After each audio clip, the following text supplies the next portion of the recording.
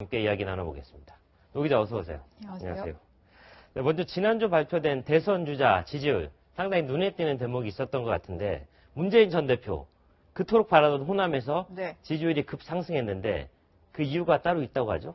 네, 일단 지지율부터 보면서 네네, 설명을 드리겠습니다. 12월 둘째 주만 네. 해도 22%였던 문재인 전 대표의 호남 지역 지지율이 네. 지난주에는 39%까지 치솟아서 평균보다도 높았습니다. 네. 숨은 공신은 부인 김정숙 씨라고 볼 수가 있는데요. 그런가요? 지난해 네. 추석부터 이제 김정숙 씨가 네. 현재까지 6개월 정도 됐는데 매주 화요일이면 1박 2일 일정으로 광주로 내려간다고 합니다. 네. 그래서 호남 민심을 열심히 공략하고 있는데 이게 네. 좀 먹혀 들어간 게 아닌가 이런 분석이 나옵니다.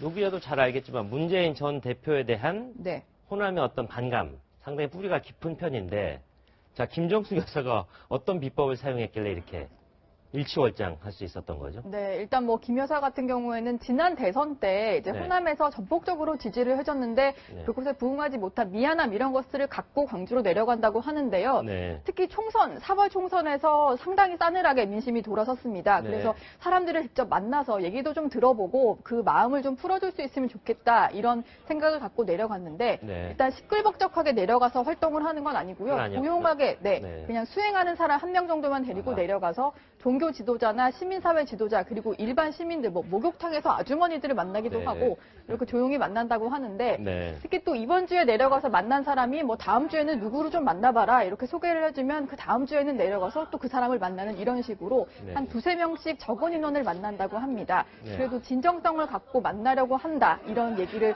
했는데 네. 그게 아무래도 조금 민심을 움직이고 있는 게 아닌가 생각이 됩니다. 저 정도 되면 결국 부인 김정숙 여사가 문재인 전 대표보다 친화력이 더 좋다. 뭐 이런 평가가 나올 수도 있을 것 같은데 네. 실제로 그렇습니까? 일단은 그 네. 김정숙 씨의 친화력을 느낄 수 있는 영상을 한번 준비해봤는데 네. 이 모습부터 함께 보시죠. 네. 무엇도 이제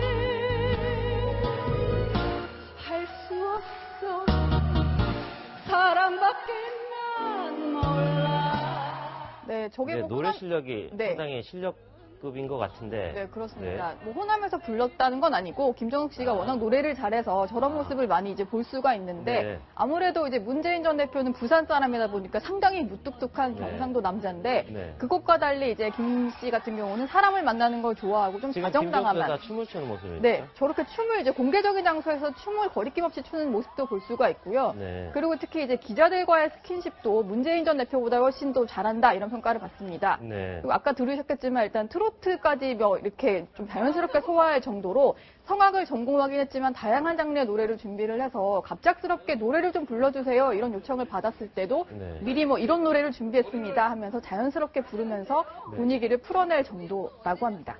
노래 잘하는 건 어쨌든 어디 가나 조금 내세울 수 있는 어떤 네. 그런 기량이 되는 것 같습니다. 자, 그렇다면